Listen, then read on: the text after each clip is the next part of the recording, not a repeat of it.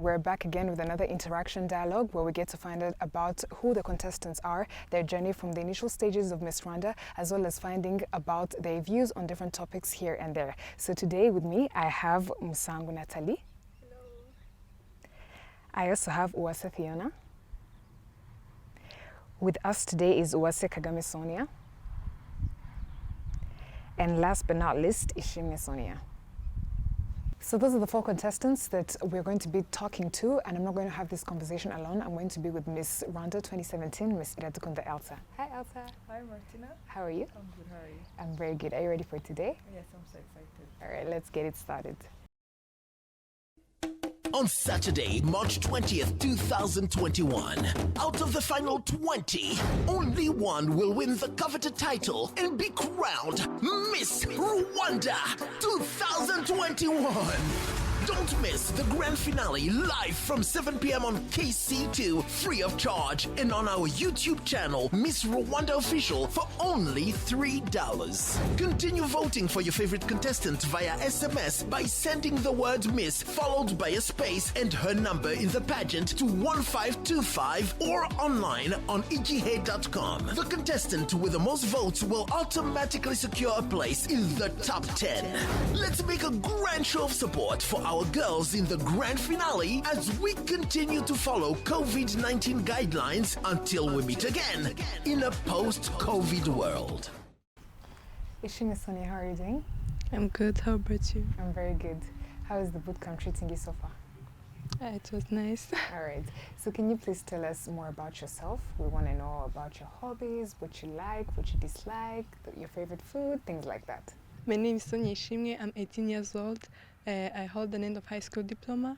I've done my O-level at Lycée Notre-Dame d'Afrique and A-level at Collège Saint-André in math, physics and geography. I like listening to music and reading books and also movies. My favorite food is spaghetti and also meat. My favorite drink is yogurt. The movie I've been watching nowadays is Lupin, and the book I can recommend to you is Becoming by Michelle Obama. You said you like music. Who's your favorite artist? Abroad it's Chris Brown and Daju. I like Chris Brown. In Rwanda, I think there are many. Give us 2. Mehdi, Knowless, and Andy Woman. Andy Woman. Yeah. All right, thank you. Meze neza cyane. Biragenda na mahoro masa. Amazina yanjye ni Awasa Sonya. Mfite imyaka 20 y'amavuko. Niga muri university mu mwaka wa mbere muri University of Rwanda. Ikintu nkunda gukora iyo ndi mu rugo, nkunda kuba ndi guteka. Ukunda kuri guteka ni nk'ibihe biryo uzi guteka wumva ari byo bya mbere uzi guteka kurusha ibindi? Ndi guteka inyama, ibintu by'inyama n'ama pastries. Uzakira umugenzi wawe ko ukunda inyama. Urakoze cyane. Awasa Fiona, how are you doing? I'm doing good. Are you feeling great today? Yeah. All right, so can you please tell us a little bit about yourself, what you like doing in your free time, something that people out there don't know about you? All right, thank you. My name is Awasa Fiona. I was born and raised in Rwanda in a Christian family. I'm the 4th out of 6. I'm 21 years old. I'm currently in my 3rd year doing business marketing at University of Kigali. And I'm a person with curiosity. I love people and interacting with them. I love to learn new things. And in my free time, I like to go out with my friends, taking pictures. And mostly when I'm home, I reached out to my mom, and she teaches me how to use a sewing machine because I love to make clothes, anything that is in Department of Art. And I love watching movies and listening to music. All right, so you said you like sewing and your mom helps you out with that. Have you ever sewed for anyone in your family or your friends? Did they like it? Are you still learning? Stuff like that. Okay, yeah, I've been sewing so many different clothes, especially mine. So many of my dresses, it's me who made them, and yeah, I've made for my sisters and my friends. Yeah, All right, thank you. thank you. Nathalie umeze gute? meze neza cyane Bootcamp igufashe gute? mfashe neza Okay, watwibwira birambuye. amazina yanjye ni Musanga Nathalie mfite imyaka 22 niga mu mwaka wa kabiri wa kaminuza mu bijyanye na business management and entrepreneurship nkunda kuba ndi kumwe n'inshuti zanjye turi kublaga gusohoka tukishima nkunda kureba movie zo kuri novela zindi z'ababyeyi nibyo ngibyo murakoze. Ya watubwiye ko wiga business, ese mu muryango wawe haba harimo umuntu ukora business, ese ababyeyi bakora business, ni iki kintu cyatumye wumva ushaka gukora business muri future? Mfite musaza wanjye ukora business numva yuko nanjye ndamutse nyikoze nanjye nakumva ko nakwiteza imbere nkateza urubyiruko ndetse n'igihugu muri rusange kugira ngo babone akazi nanjye nabo batera imbere murakoze.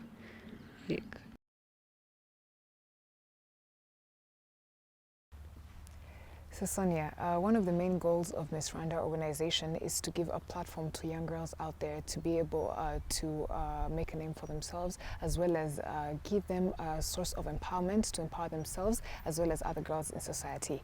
How do you think this platform that has been offered to you will be able to empower you personally as well as the girls in society? Thank you. We all know that the purpose of Miss Rwanda is empowering Rwandan girls and giving them a chance to achieve their dreams, as well as showing all Rwandans what they get. So I will use this platform first of all to be an example to the whole community that women are capable, are strong, and they can do almost everything that men can do. This platform it's an example, and also it's a kind of encouraging other girls that they can do it. If I can do it, they can also do it. It's also a good platform in order to show our project, in order to get support from others, the donors, and other kind of actors. It's also a good platform in order to show the whole world that it serves as an example that Rwanda empowers women. So thank you very much. I thought when they're going to call me, I'll be the last one because of my name. But I was so surprised. I was the fourth one they called, and I was so happy for that. I smiled really, really, really wide because it was a second win to me, and I felt so good. And then, on the next day, we started our boot camp.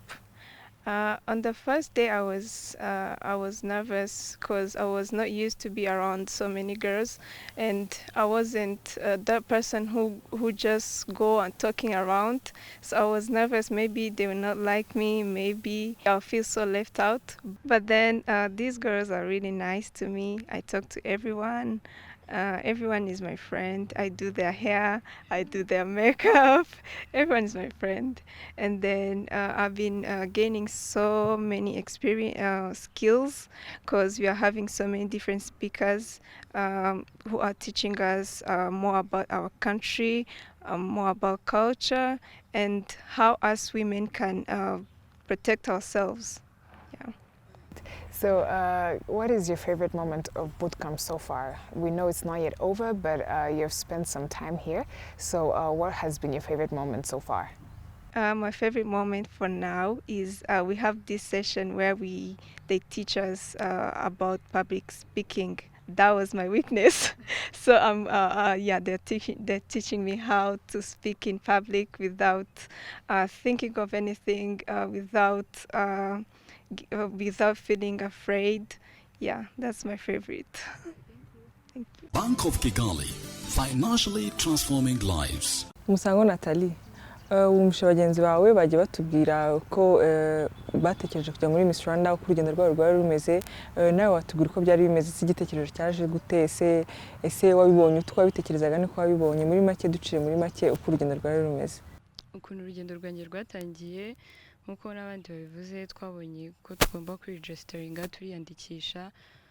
Mu by'ukuri nyine nahoraga mbona izindi auditions zabaye imbere, numva nanjye reka ngerageza no mahirwe nta kintu bitwaye ndiregisitaringa nyuma yaho ndi kureba amavidewo twatanze ureba ugasanga nyine kuko ari competition hari ikintu uba wigira ku bandi nararebye nkabona ayandi mavidewo ni meza kurusha iyanjye ariko nta kintu kimwe nagombaga kubihindura kuko nanjye yanjye nari nayitanze icyari gisigaye ni ugutegereza umwanzuro uva mu kanama ubwo rero twarategereje narishimye cyane kuba naravuye mu bantu 400 ukibaza ukuntu abandi bakoze neza kandi wowe hari bimwe waburaga ariko hari icyo bagenderaho nyine ibyo rero ibyo byaranshimishije cyane havuyeho aho ngaho twakomeje muri pre-selection urugendo rurakomeza tuza hano turitegura tugeze hariya nabwo nakoze ibyo nagombaga gukora ndishima cyane ko nanjye bamamagaye nanone numva ko urugendo rukomeje ibyo ngibyo rero bikomeza kumereza imbaraga zo kuguma no gufokasinga ku cyo nshaka n'icyo ngomba kugeraho ubu ngubu rero aho turi muri bootcamp turi kwiga ibintu byinshi abo nk'abanyampinga hari ibyo tugomba kwigiramo nyine bigomba kuba nk'umuntu uri nyampinga w'u Rwanda agomba kuba afite nk'umuco gukunda igihugu n'ibindi byinshi public speaking ko bagenzi banjye babivuze rero nibyo turi kwiga cyane kugira ngo uriya munsi nugera uzagere turi tayari tumeze neza noneho twereke ibyo twigiyemo hano kandi dutegereze uzavamo nyampinga ko abanyarwanda bose babitegereje murakoze ni nk'ikihe kintu kuva bootcamp yatangira cyagutonze ikintu cyakugoye kuba wamenyera kubyuka ariko kubyuka ari ikibazo wabyuka ikibazo nuko udafite na telefone gushyiremo kahite kakubyutse kalamu nyine yiti kubyutsa hakiri kare ubu se ko mumaze ndibaza ari nk'icyumweru wamaze kumenyera utangiye kumenyera kubyuka kare nangiye kumenyera kabisa ariko rero ikindi kintu ntaramenyera ni high heels umunsi wose urumva bizagenda biza urakoze cyane namwe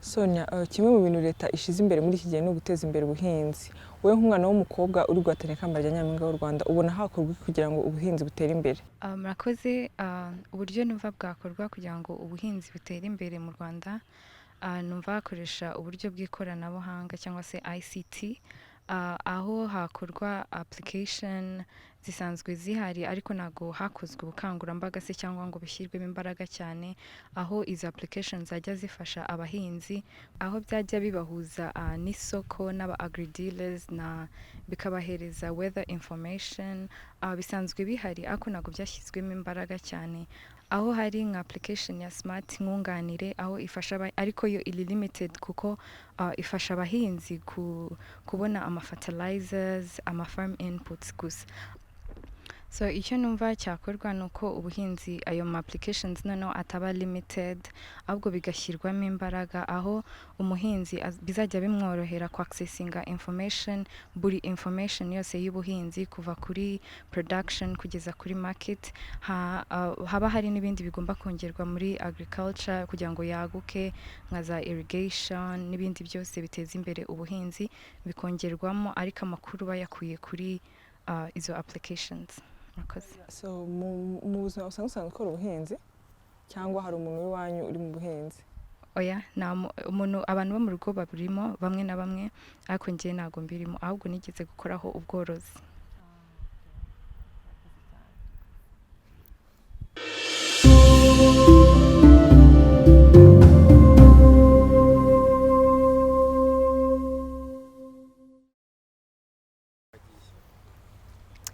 So Fiona, when different people out there finish high school or university, sometimes it's hard for the youth to find a job. What advice could you offer the youth so that we can see the unemployment rate in terms of the youth? Thank you. The advice I could give to the youth is that they should not just go to look for jobs. They could just first know what they love, what they are passionate about. That will help them to exactly know where to go look for jobs, because you find that many youth go to apply to any job just because their friends work there, but really that's not what they are passionate about. And when they give them that job, they don't grow in life. There's no growth. They don't learn something because they're not passionate about that particular thing. So the advice is that they should first know what they love, and if it's a talent, please work on it. That can also help you. And the other thing I would like to ask those that are successful in life, through their talents, maybe to mentor the youth how they can also follow that path of their talents. I would like to ask the government also to build so many workshops and community centers where the youth can have a space to expose what they are capable of. In that case, they will be motivated, and we'll have so many talents and creativities, and that will help to reduce unemployment youth that are outside there. Thank you.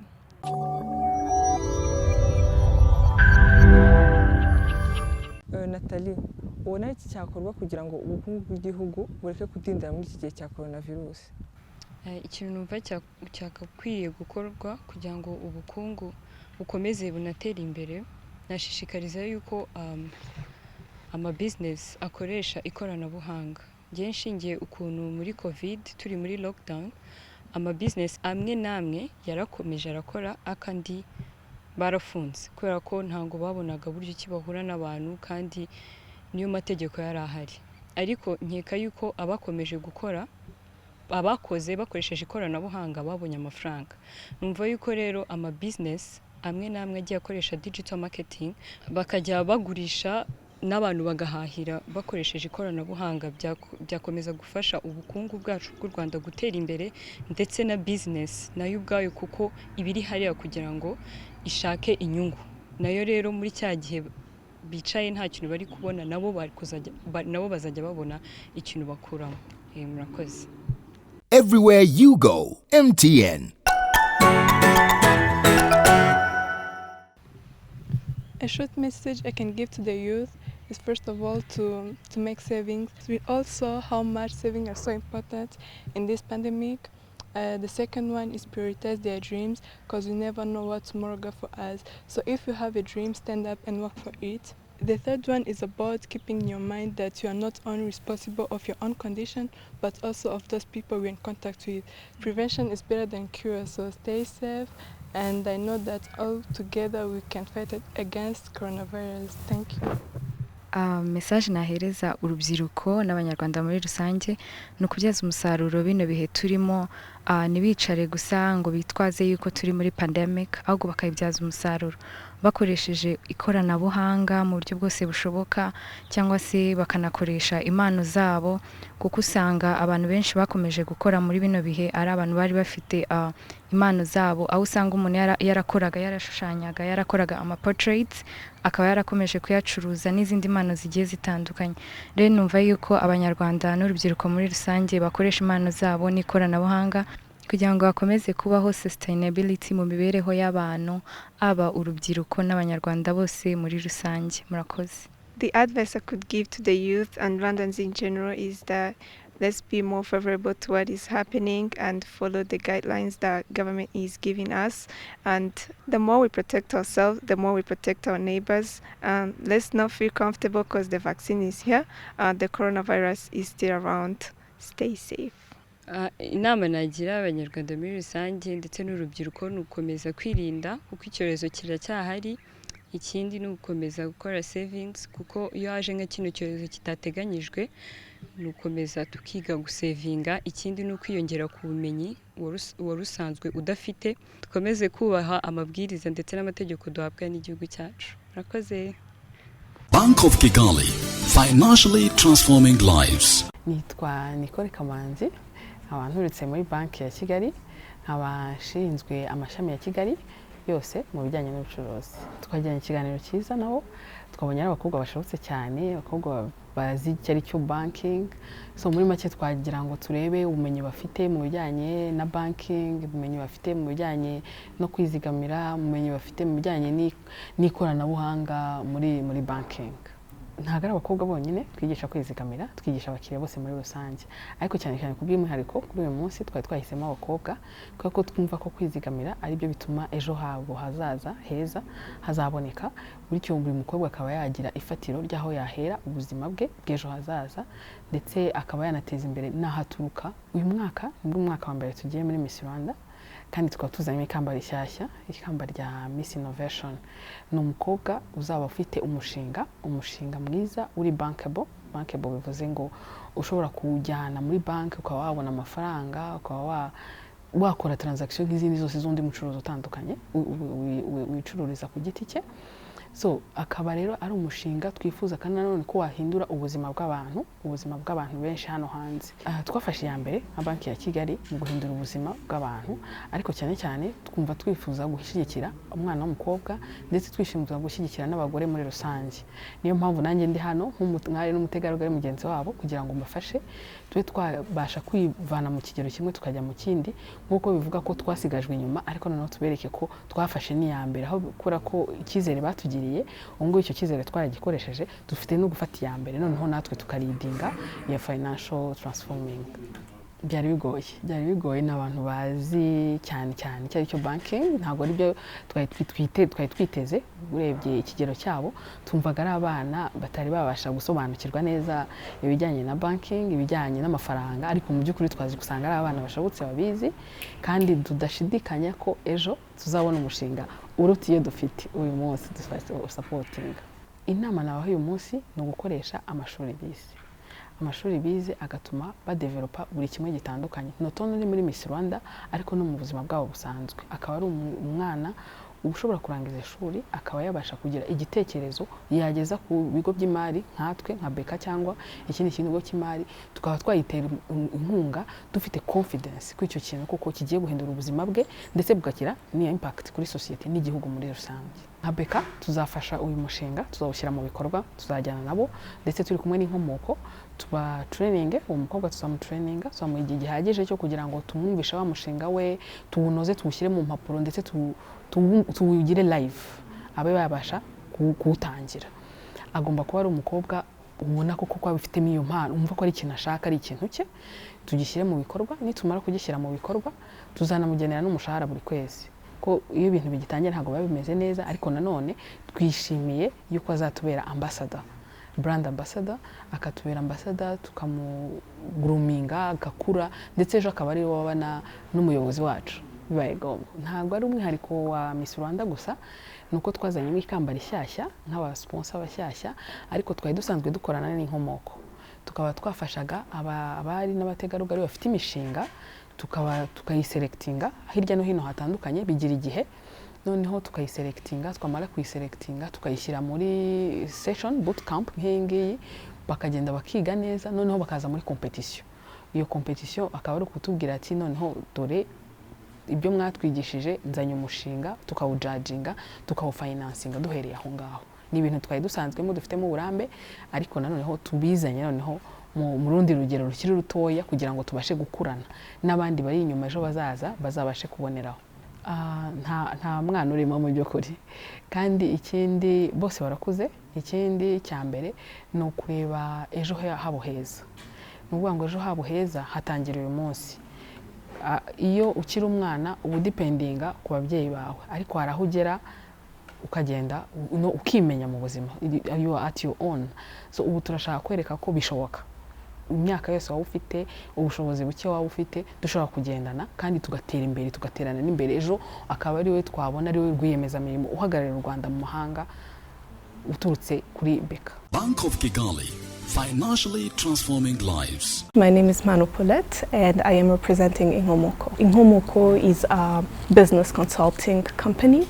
We support different businesses, refugee businesses and small and medium enterprises to just improve their businesses and hopefully for them to create jobs and also improve livelihoods of the people they're working with in their communities. We're here because we're in partnership with the Bank of Kigali, and it's a new initiative by the Bank of Kigali to actually appoint a Miss Innovation as part of Miss Rwanda, and Inkomoko comes in as business consulting for the girl who's going to take on the role of Miss Innovation.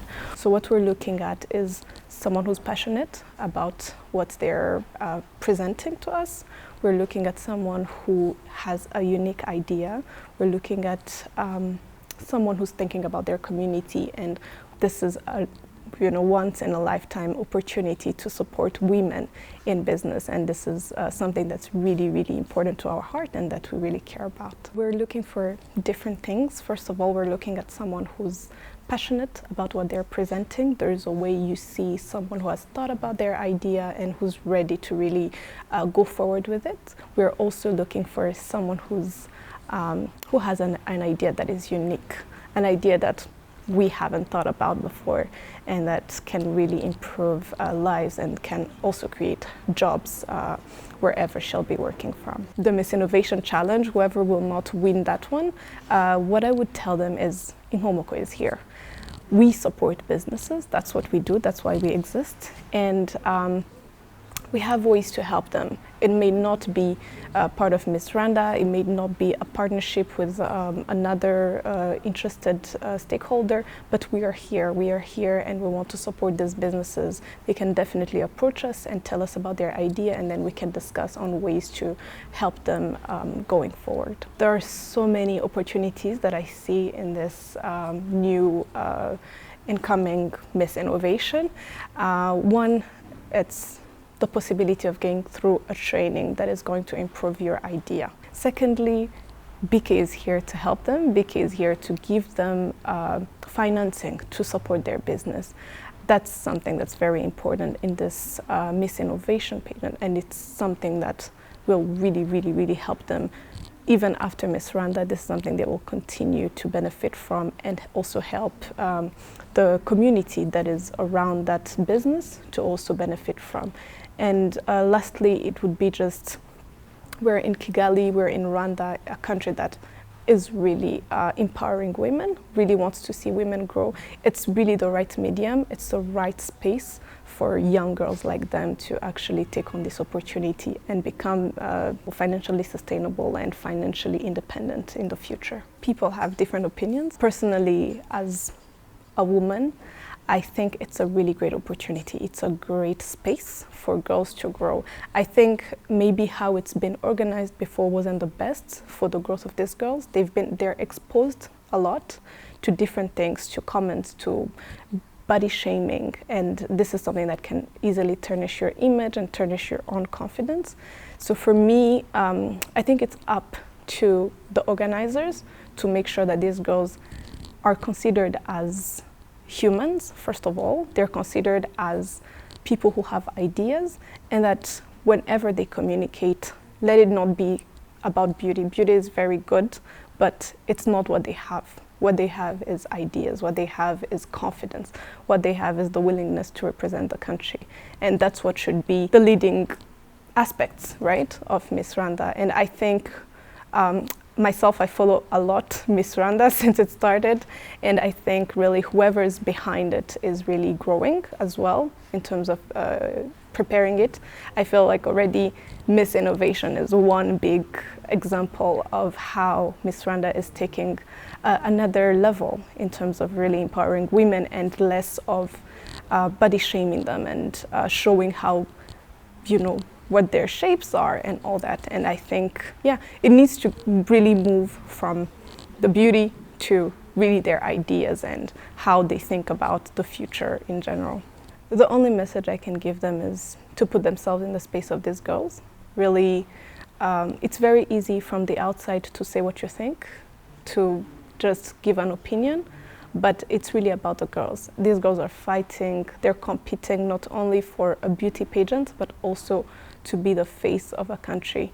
So if we don't support them as Rwandans, if we don't support them as external people, definitely their light is going to dim down. And my message would be, put yourself in their shoes, support them, give your opinion, but let it be respectful, because opinions also matter. That's how the organizers are learning to improve.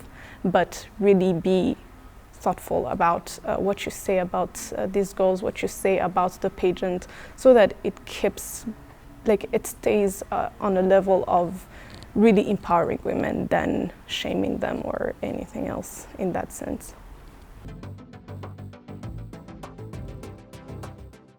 Nitwa Olivier Mugabo Nizeyimana, nkaba ndi umuyobozi wa kampani ya Volcano Express itwara abantu ndetse na kampani yitwa Hyundai Rwanda ihagarariye HMC Hyundai World mu Rwanda. Igitekerezo cyo gushinga Volcano cyaje ndi umunyeshuri koko ndi muto, ariko nanagize amahirwe kuko aho narindi no muri ubwo buto bwanjye niho hari nibinyorohereza kugitangira. Nakoze kampani yo gutwara abantu, gutwara abanyeshuri, yo gutwara abantu muri rusange bo mu mujyi wa Huye tubahuza no mu mujyi wa Kigali, ariko abakiriya benshi muri icyo gihe bari abanyeshuri. Ni ukuvuga ko ubwo buto bwanjye ahubwo buri mu byamfashije ndetse kugitangira byihuse ku buryo bworoheje. Ishyaka icyambere twari dufite ibibazo mu migendere yacu nk'abanyeshuri. Abanyeshuri bari benshi cyane, tugasanga gari ruzuye, abantu bamwe nibabona imodoka n'abazibonye ntibagende muri conditions nziza. Ibyo bibazo byose byanyubatsemo ko harimo business opportunity ijyanye na transport muri abo ngabo, guha service abo bantu batayibonaga neza. Igihe natangiye muri 1999, 1999, ubwo muri imyaka ko ikaba 22, ubona uko abantu bagendaga mbere hari ikintu cyahindutse ndetse no muri rusange mu Rwanda hose. No kuvuga ko hari ikibazo cyagaragaraga abantu gisa naho cyabarambiye, cyabarenze, haje igisubizo abantu barabyitabira birushaho gukunda. Umuntu ukiri muto w'urubyiruko ufite imbaraga yakagombye kugerageza gukora ibintu afitemo uruhare bishobotse 100%. Icyo ni icyambere. Ikindi ni cya kibazo nakubwiraga cyo kwiteza imbere ubwabo. Inshuro nyinshi usanga iyo abantu bikorera, urebye no hanze, most likely batera imbere kurenza abakora aho ngaho. Gusa biba bibi iyo bidakunze. Ngira ngo abantu tugiye kujya dutandukanya business uko ayitekereje naho ukeka ko izagera n'ibyo ugezeho nyuma. Noneho hari ubwo ushobora gukora business ntibikunde, umuntu akaba yanabiheraho aca intege abandi muzabikore business nimbi, ariko mu by'ukuri urebye muri rusange abantu bikorera basa naho babibyaramo inyungu zirenze ndetse biteza imbere vuba. Ibyo bintu ndumva ibyo bitekerezo bifatanyije byaba bihagije ku motivating urubyiruko kugira ngo rushobore kujya kwikorera. Ntabwo competition ari ikibazo, ahubwo gusaba ituma wiyubaka. Ni challenge, iraguchallenge igakwereka ibyo tujuje, nawe ukagerageza kubyuzuza ndetse ukarenzaho. Umuntu akakwibutsa ko utagomba kwirara, isoko hari abandi bantu bacuruza ibyo bintu nk'ibyo utanga. Ariko competition at the end of the day iragufasha, igufasha kwipositioninga kugira ngo udasubira inyuma koko.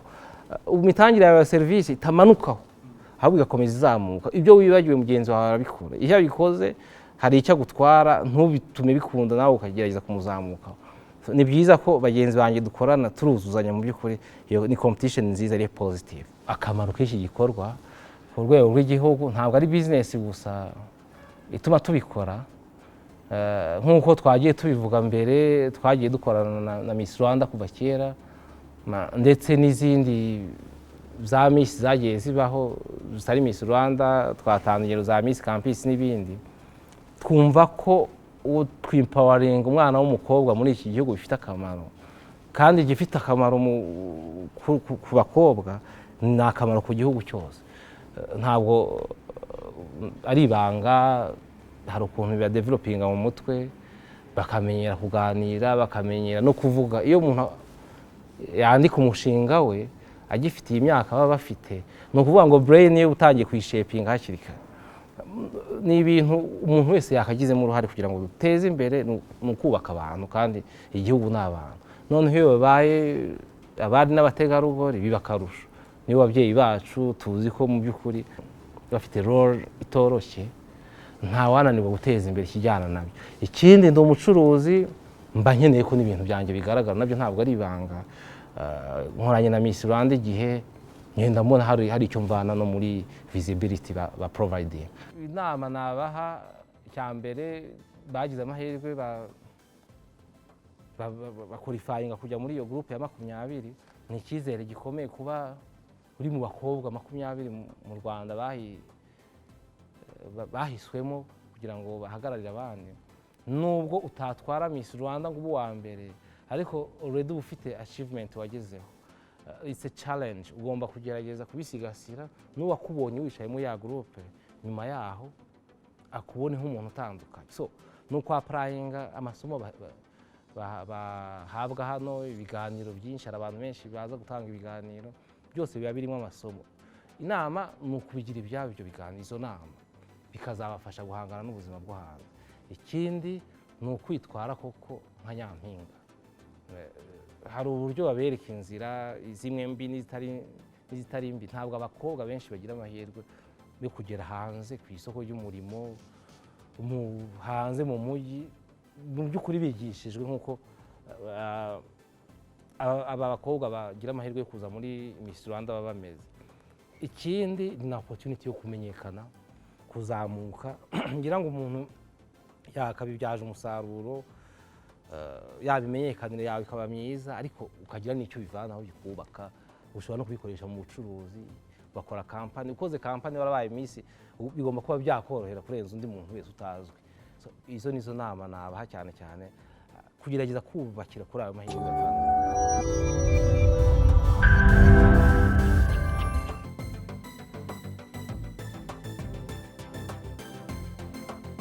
Miss Rwanda 2021 yatewe inkunga na African Improved Foods, Bella Flowers, University of Kigali, Hyundai Rwanda, Volcano Express, MTN Rwanda, La Police Nyamata, East African Promoters, Copa Telecom, The Diamond Smile Dental Clinic, MP's Plaza, Meres Petroleum, Cafe Camellia, Ian Collection, Reg, HD Design, Peter's Bakers, HDI, Kaiser Salon, Bisa Decor, Smart Design, Magaza Sports Class, Uzima Polyclinic, Auto Express Garage, Tanga Design, Star Times, Inari Conference Arena, Bank of Kigali, financially transforming lives. RBA.